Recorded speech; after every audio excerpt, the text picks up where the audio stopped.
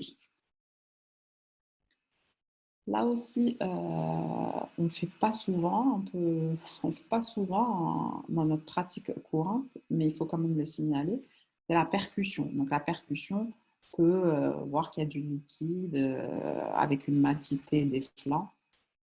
Et on peut aussi chercher le signe de disparition de la matité préhépatique qui signe un pneumopéritoine. Mais j'avoue que ça, c'est vraiment. Moi, personnellement, j'ai jamais constaté une disparition de la matité préhépatique pour le pneumopéritoine. Donc, c'est des signes vraiment qui sont secondaires. L'auscultation, par contre, l'auscultation peut montrer, c'est assez intéressant d'ausculter un abdomen parce que ça peut montrer des bruits intestinaux qui sont diminués ou abolis. Parce que comme vous le savez, je ne sais pas si je vous l'ai dit la dernière fois, quand il y a une péritonite aiguë, généralisée, il y a une inflammation du péritoine, C'est comme, en fait, je donne toujours cet exemple aux externes, quand vous avez une appendicite aiguë simple, comment vous allez palper votre défense? En fait, c'est quoi la défense d'un point de vue pratique? Il y a un foyer infectieux. Qui est là. Quand vous allez palper, c'est ce qui va faire la défense. Ça, c'est l'appendice. Ça, c'est la paroi abdominale. Vous allez palper, c'est-à-dire que vous allez mettre en contact le péritoine avec le foyer infectieux. Et au-dessus du péritoine, si vous vous rappelez, du péritoine pariétal, il y a les muscles. Il y a des muscles.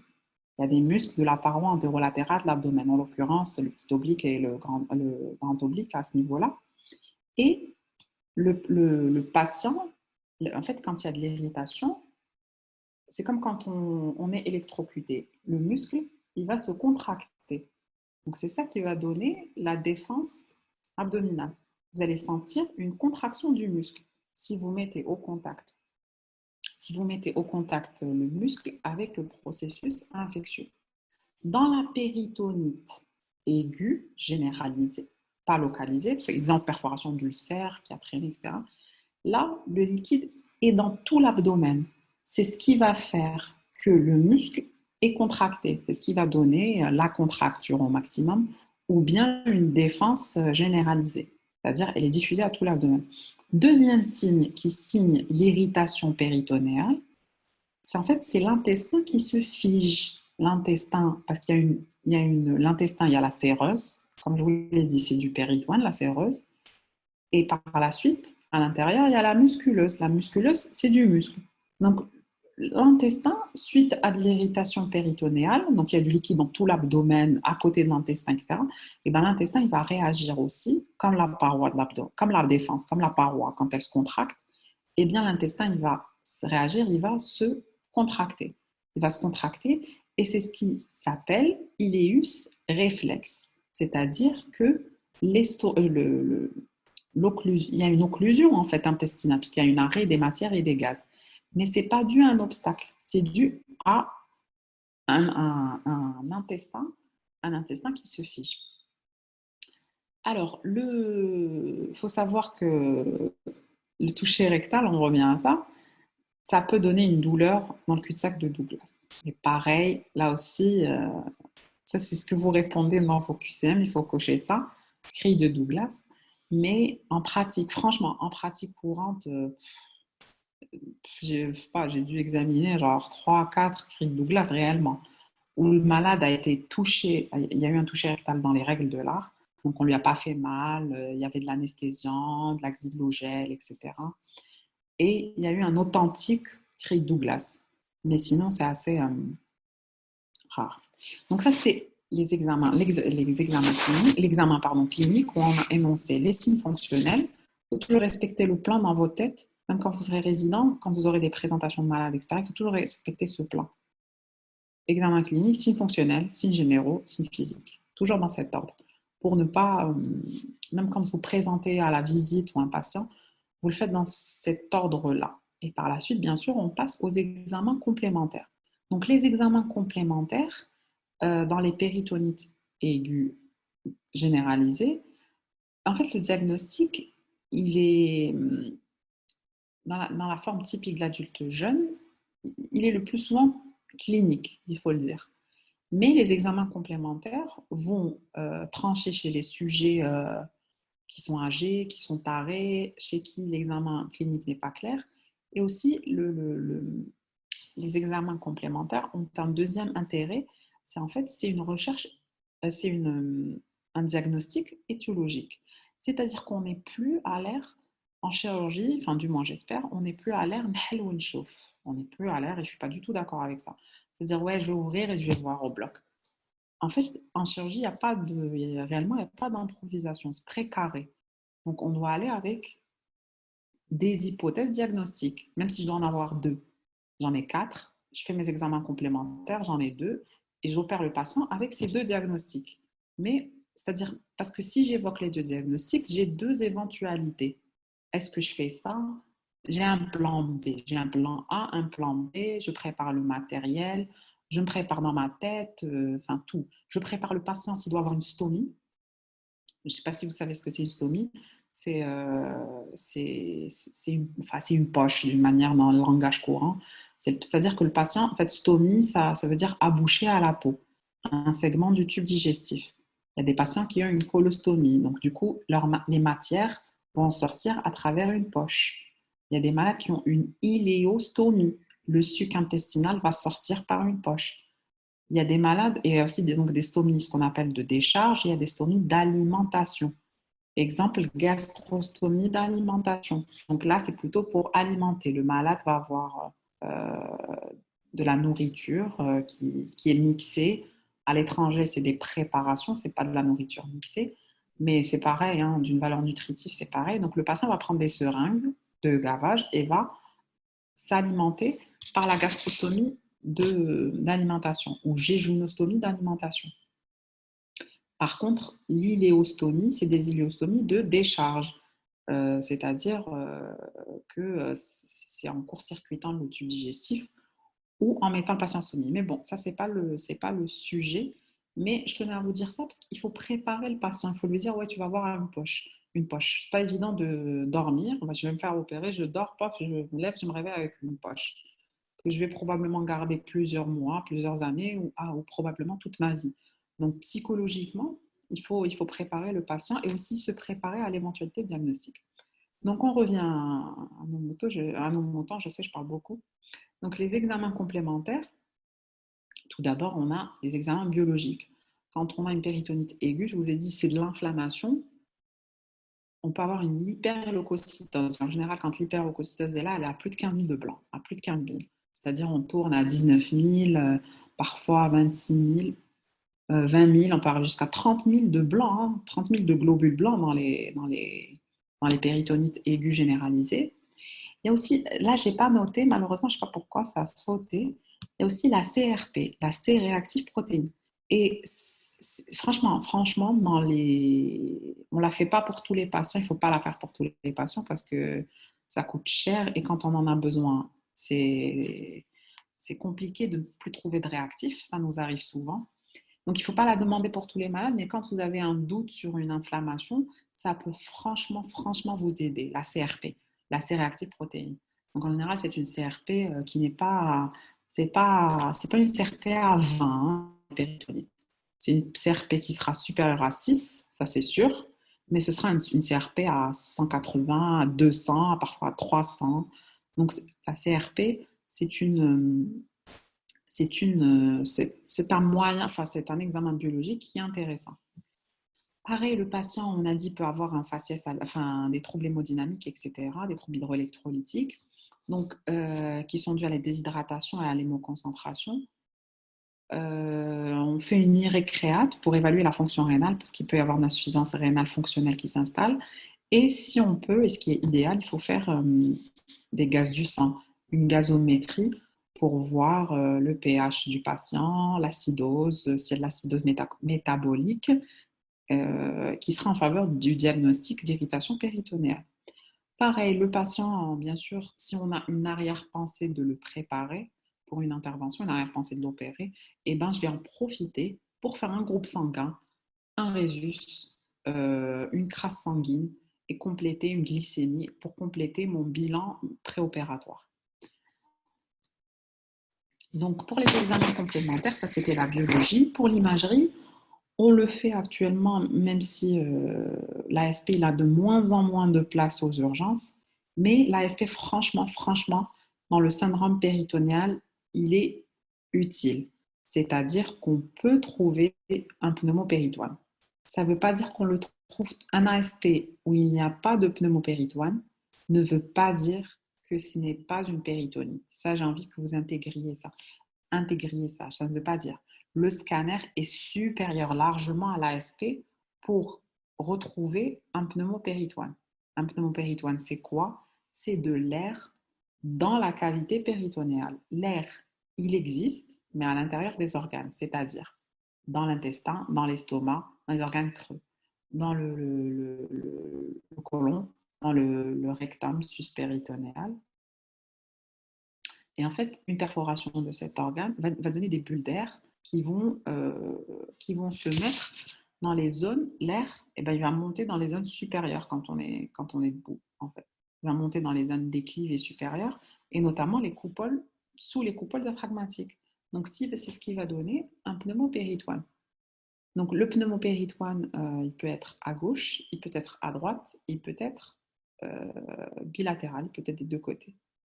Donc, l'ASP, bien sûr, pour trouver ce pneumopéritoine, eh ben, il faut le faire debout pour trouver ce pneumopéritoine. Sinon, chez un malade qui ne peut pas se mettre debout, exemple, voilà, un amputé ou un malade qui est en mauvais état, ou je ne sais pas. Donc, il faut le faire couché et que ce soit, donc le patient est en décubitus dorsal, les rayons, ils vont se mettre latéralement. Pareil, dans l'ASP, on peut voir l'ileus réflexe. On peut les détecter, le reconnaître sur l'ASP. Alors, l'échographie, c'est un examen qu'on réalise, mais qui n'est pas, on va dire, toujours contributif. Parce que quand il y a une distension de l'ileus réflexe, eh ben, l'échographie, je ne vais pas vous dire grand-chose. Hein. Mais cependant, elle a une place. Une échographie de débrouillage, on peut l'utiliser, elle peut être utile. Et c'est surtout dans les abcès, en fait. L'échographie sera performante pour retrouver des abcès, surtout chez les patients qui sont maigres, etc. Donc, elle sera pareil, elle peut nous dire qu'il y a de l'épanchement péritonéal, du liquide. Elle peut nous dire, ah, il y a du liquide dans l'abdomen. Et bien sûr, dernier examen, qui est ici noté en dernier et qui est le plus performant. Enfin, du moins, ce qu'on a actuellement, c'est le plus performant. C'est le scanner abdominal, la TDM abdominale injectée, de préférence. Si le malade n'a pas d'insuffisance rénale, s'il n'a pas d'allergie aux produits de contraste, et si bien sûr, troisième éventualité, si vous disposez du scanner, parce que du scanner injecté, parce on est au premier CHU d'Alger et il n'y a pas, à la garde, à partir de 16 heures, il n'y a plus de scanner injecté. C'est un scanner non injecté. Donc, bref, c'est l'examen qui a la meilleure sensibilité et spécificité pour détecter un pneumopéritoine, une péritonite aiguë ou un épanchement péritonéal. Donc, il est supérieur à l'échographie et il est largement supérieur à l'ASP. D'accord? Mais on se débrouille comme on peut, en fait. Parce que le radiologue, il ne va pas nous faire 36 scanners dans la garde. Donc, un malade chez qui je suspecte une irritation péritonéale qui se défend, eh ben, je vais faire un ASP. Si je suspecte une perforation d'ulcère, je vais faire un ASP pour voir si j'ai un pneumopéritoine. Mais il faut quand même, comme je le dis toujours à mes résidents, il faut quand même mettre la pression et au maximum essayer d'avoir un scanner. Ça, c'est pour la pratique courante. Mais sinon, dans votre examen, vous répondez ASP, échographie, téléthorax, avec une supériorité pour le scanner. J'ai dit ASP, échographie, téléthorax, ASP, échographie, TDM, et pardon, avec une supériorité pour le scanner, qui est l'examen le plus sensible et le plus spécifique pour le diagnostic des péritonites aiguës. Donc, l'ASP, c'est très important. Là, l'ASP, bon, ça, c'est un téléthorax. Je n'ai pas mis d'ASP. Ça, c'est un téléthorax. Sur le téléthorax aussi, en fait, l'essentiel, c'est de prendre les coupoles diaphragmatiques. Même si vous faites un ASP, c'est très important. Vous devez... L'ASP, il va prendre du pubis, en fait, du pubis, jusqu'aux coupoles diaphragmatiques. Ça ne sert à rien de faire un ASP à moitié. Donc, ça ne va rien vous rapporter. Vous pouvez aussi, je ne sais pas si je l'ai dit, vous pouvez faire un téléthorax. Et en fait, là, vous avez à droite, donc à droite, je n'ai pas mon curseur, à droite, vous avez une clarté. Donc, à la radio, c'est une clarté, c'est la bande noirâtre. Donc, à droite, la bande noirâtre qui est synonyme de pneumopéritoine. Donc là, c'est à droite, c'est entre le foie et la coupole diaphragmatique. Mais parfois, on peut avoir, et on se fait souvent arnaquer, ça je peux vous dire, beaucoup de résidents sont passés à côté de pneumopéritoine à gauche. Parce qu'en fait, il y a la coupole diaphragmatique et il y a la poche aérienne gastrique. À gauche, vous avez ici la poche aérienne gastrique. Et en fait, parfois, vous avez une petite bulle d'air vraiment juste au-dessus de la poche aérienne gastrique. Franchement, on se fait arnaquer assez souvent. Donc là, c'est un ASP en décubitus latéral. J'ai dit dorsal tout à l'heure. Je ne sais pas pourquoi j'ai dit dorsal. Latéral, pardon. Je suis complètement latéral. Donc vous mettez le malade en décubitus latéral, comme ça. Comme ça. Pas en décubitus dorsal, en décubitus latéral. Et vous faites une radio. En fait, l'air va monter, pareil, va monter en haut. Donc vous avez l'air qui est la clarté là, qui est dans l'hémi-thorax, l'hémi-abdomen. Alors là, c'est la forme typique avec les examens complémentaires, etc. Et en fait, comme je vous l'ai dit, la forme typique, il y a les formes cliniques, les formes qu'on voit un peu moins souvent. Donc, il y a les formes, et ça franchement, c'est une question d'examen. Je m'en rappelle très bien, en 2008, quand j'étais externe comme vous, j'ai eu cette question par le docteur Layada à l'examen, c'est la péritonite asthénique. La péritonite asthénique, c'est en fait c'est une péritonite qui survient chez les patients âgés, immunodéprimés, c'est des formes. Chez des patients qui sont sous corticoïdes au long cours, en mauvais état général, immunodéprimés. Et en fait, chez ces patients, en fait, l'examen clinique est pauvre. L'examen clinique est atténué. Ah, 2 secondes. Alors, l'examen clinique, il n'y a pas une prédominance des signes cliniques. Par contre, les signes généraux peuvent être au premier plan. Le malade peut venir vraiment avec une polypnée, une insuffisance respiratoire, peut être en état de choc avec un choc hypovolémique avec de l'insuffisance rénale, il peut faire de la fièvre. En fait, bref, il faut que vous reteniez dans les formes à symptomatologie péritonéale atténuée, c'est comme ça qu'on les appelle. C'est la forme asthénique, mais en fait, c'est une symptomatologie péritonéale atténuée. C'est la dénomination la plus euh, juste. Donc, c'est des patients, comme je vous ai dit, en mauvais état, etc. Et il y a une prédominance des signes généraux. Donc, des signes généraux, on peut avoir des signes d'occlusion intestinale dans ces formes. L'ileus réflexe peut être au premier plan. C'est-à-dire que le patient, il vient, il vous est présenté comme étant un arrêt des matières et des gaz, avec un météorisme, etc. Mais c'est en fait une péritonite chez un sujet en mauvais état, etc. Donc pareil, là aussi, on fait un toucher rectal, enfin un examen clinique avec un toucher rectal. Moi, je ne sais pas pourquoi j'ai mis ça. On fait le diagnostic avec un scanner, pas SP Echo, mais plutôt un scanner. Et il faut faire une laparotomie, bien sûr, en cas de doute. Alors, deuxième forme clinique qu'on va citer, c'est les péritonites localisées. Donc, comme on l'a dit tout à l'heure, le péritone, quand il fait bien son travail, le foyer infectieux, il peut être circonscrit des organes digestifs et donc limiter la diffusion péritonéale. Donc, clinique, je peux avoir une forme oscillante, en fait, une fièvre, pardon, oscillante. Le patient fait de la fièvre, puis s'arrête, il revient aux urgences. En signes généraux, je peux avoir un faciès pareil altéré, avec une hyperleucocytose. Une hyperleucocytose, là aussi, ça ne trompe pas. À l'examen clinique, la douleur elle peut être localisée à un cadran. Exemple, le creux épigastrique si c'est une perforation d'ulcère. l'hypochondre droit si c'est une péritonite biliaire, la fosse iliaque droite si c'est une péritonite appendiculaire, la fosse iliaque gauche si c'est une diverticulite, l'hypogastre si c'est une rupture d'un piosalpax. Tout dépend le siège donc de l'infection.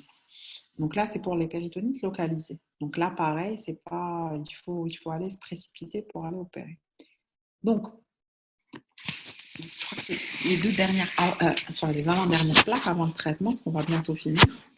Donc, selon les causes, donc les causes, on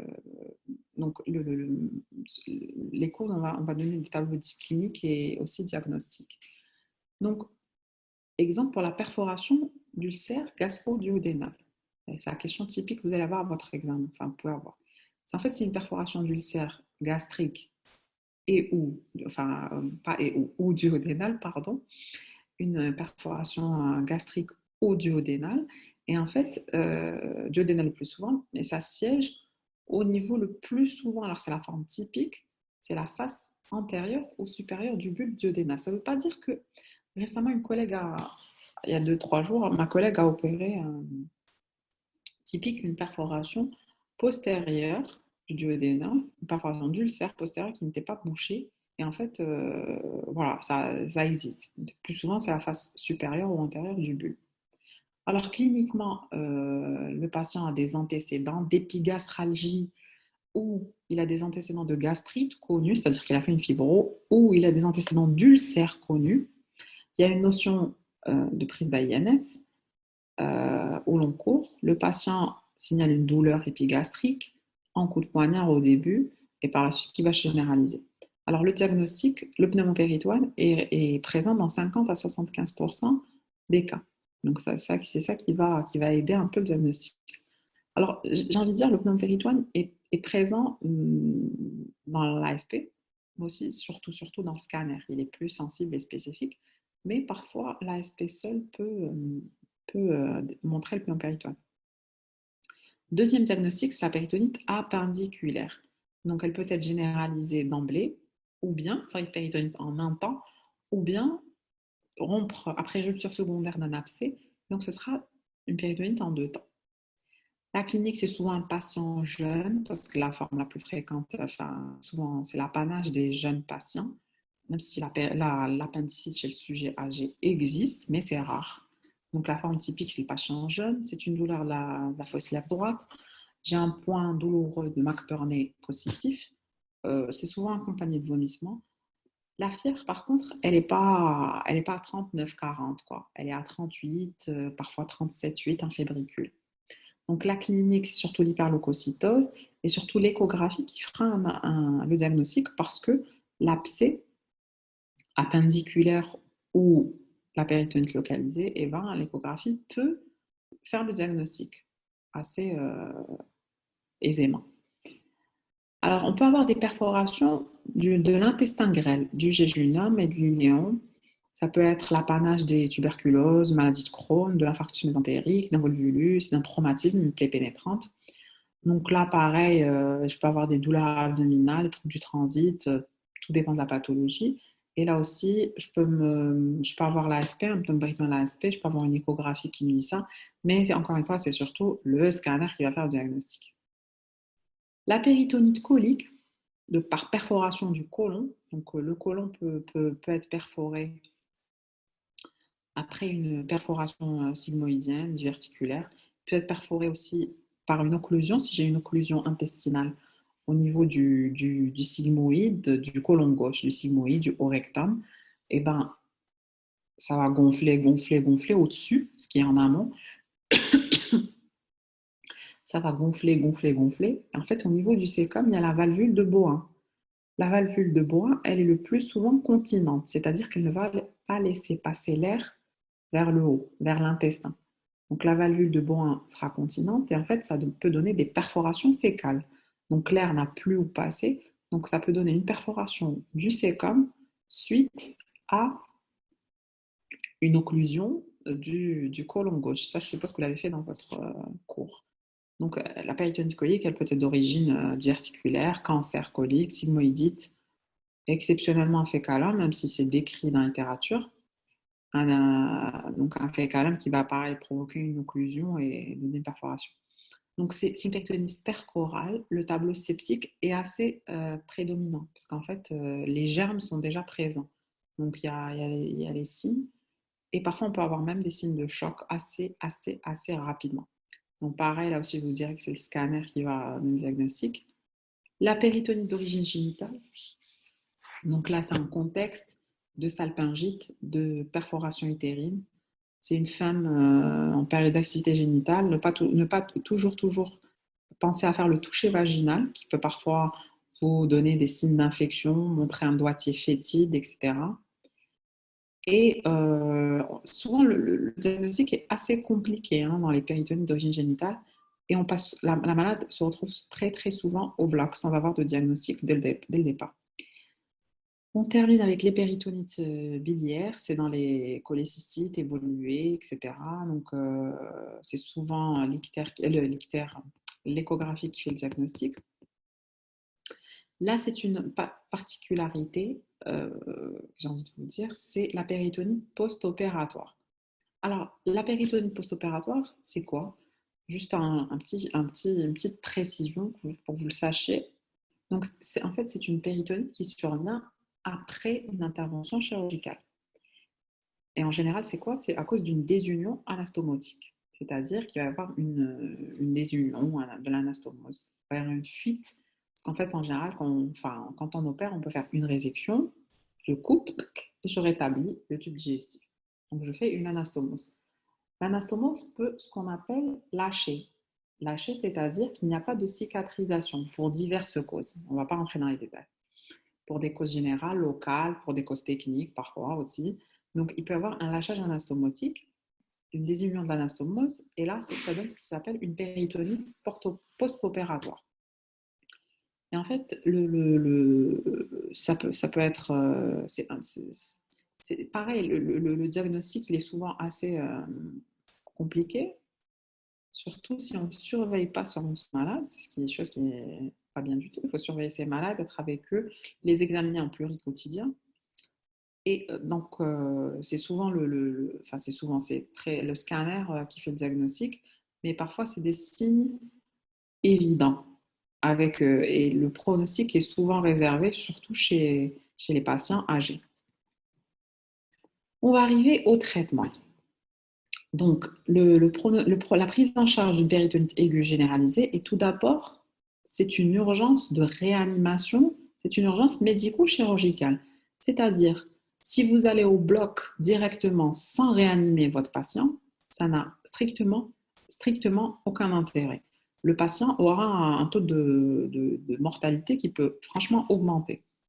Donc, en fait, il faut d'abord préparer un minimum, vraiment un minimum, si vous disposez de 20 minutes, le temps de faire le bilan, etc. Il faut préparer le patient. En fait, préparer le patient, c'est, j'ai envie de dire, respecter l'ABCNM, comme on a appris quand quand j'étais dans externe, on a pris l'ABCNM, c'est-à-dire airway, breathing, cardiovasculaire, neurologique, métabolique. Donc, c'est-à-dire, je règle tous ces problèmes dans cet ordre. Si le malade ne peut pas respirer, eh ben, je vais l'intuber. Si le malade a des troubles respiratoires, eh ben, je vais lui donner des corticoïdes, etc. Si le malade sur le plan cardiovasculaire, eh ben, s'il est déshydraté, je vais le remplir. S'il a une hypovolémie, je vais le perfuser avec ce qui est nécessaire. S'il a des troubles neurologiques, eh ben, je vais essayer de les corriger. Enfin, voilà. Et s'il y a des troubles métaboliques, pareil, je vais les corriger. Donc, la sonde nasogastrique, on peut mettre une sonde nasogastrique s'il y a un iléus. Mais attention, la sonde nasogastrique, c'est à double tranchant. Si vous suspectez une péritonite par perforation d'ulcère, beaucoup d'auteurs préfèrent ne pas mettre de sonde nasogastrique. C'est-à-dire si je suspecte une perforation du tube digestif haut, voilà, on peut s'en passer et la mettre au bloc ou après ouverture chirurgicale, après avoir opéré le patient. Il faut mettre une sonde urinaire, préparer le malade pour surveiller le malade d'un point de vue hémodynamique. Et bien sûr, en fonction du bilan et en fonction de l'état hémodynamique du malade, il faut d'ailleurs il faut sonder le malade, il faut prendre une voie d'abord. Donc des voies d'abord bien sûr de gros calibre. Et quand vous n'avez pas des voies d'abord de gros calibre, que le malade a un mauvais capital veineux, il ne faut pas hésiter à